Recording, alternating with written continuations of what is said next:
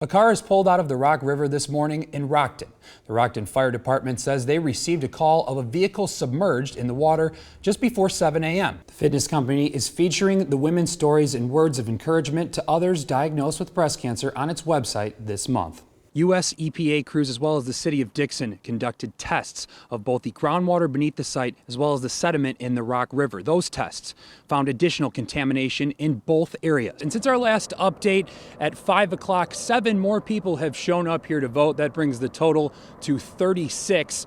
Earlier, we told you that across town at another polling location, 75 people had shown up to vote there. So voter turnout definitely down across the area. And that's despite one of the more interesting and exciting races happening right here in Belvedere. Some teachers tell me they hadn't seen each other in person in almost a year. Today, they also received the first dose of the Moderna vaccine. And a short time ago, we had it confirmed to us by the Winnebago County coroner that that person, someone in their 50s, was killed in this tragic crash. But staffers here tell me that if you see anyone on the streets tonight, to please send them here. It really is a matter of life and death. Now, coming up on 13 News at 10, we'll take you to some of those other places that opened today. For now, I'm reporting live at Sinisippi Golf Course. I'm Richard Bodee. Chris and James, we'll send it back to you.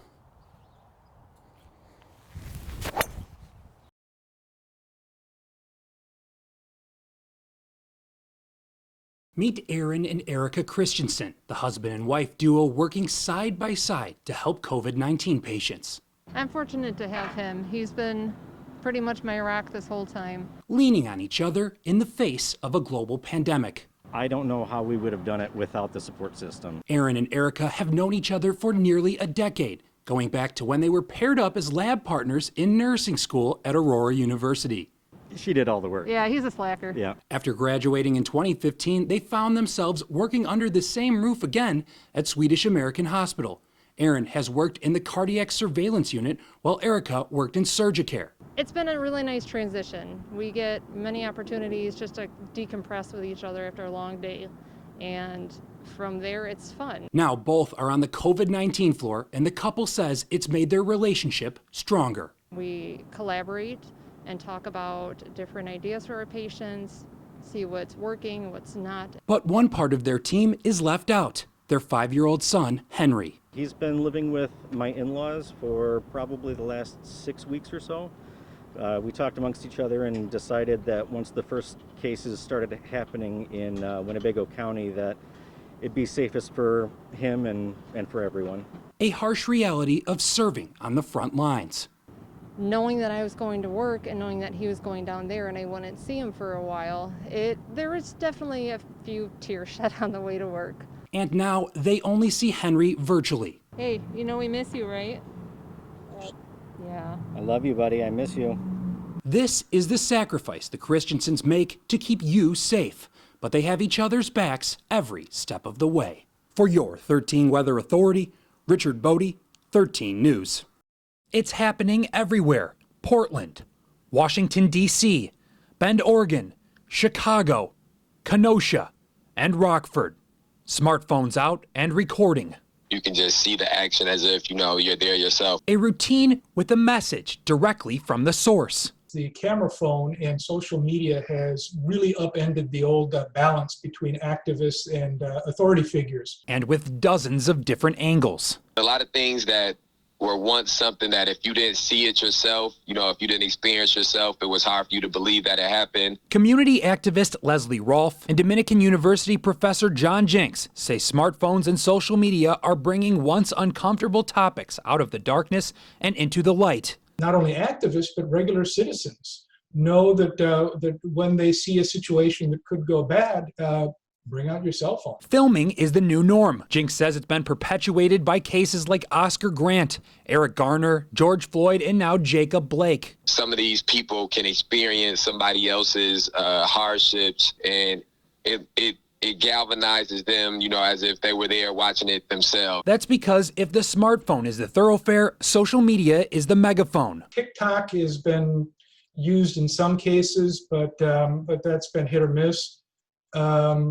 Twitter, Facebook, those are still, I think, the dominant ones. On the most popular social media platform, we see groups creating a team effort. it encourages you to continue going forward. Even Logan Lundberg, who has taken part in protests before, but is in Hawaii, says he feels united. I'm still able to connect to see what's going on in my hometown, making sure my friends with our protests are safe. And there's, still being a part of the movement out there, being able to see it and watch it. A movement people can join from across the country and around the world. For your 13 Weather Authority, Richard Bodee, 13 News. A city in shock. How could this happen? It was just senseless. Nobody knows who this person was. They just came in at random and started shooting. You never think that you have to live through it. The suspect, 37-year-old Duke Webb, was a complete stranger to Jamie Funk, who manages Shooter's Bar above Don Carter Lanes. While Funk wasn't working Saturday night, his 2 children were. My daughter was behind the bar working. My son was working upstairs.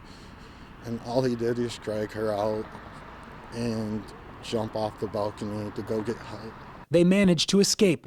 6 others weren't as lucky. They were all shot. 3 of them were killed. Funk says he's sickened by the tragedy and asks for prayers.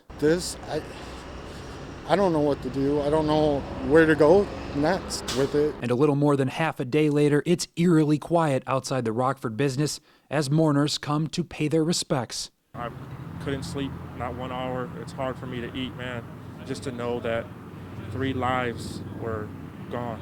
Isaiah Box is a regular at Don Carter Lanes and says he knew 3 of the victims. It feels like a dream. It doesn't even feel like it's real that this can happen in a small town in Rockford. And now, friends, family, and neighbors are left to grieve an unimaginable loss from an unthinkable crime. For your 13 Weather Authority, Richard Bodee, 13 News.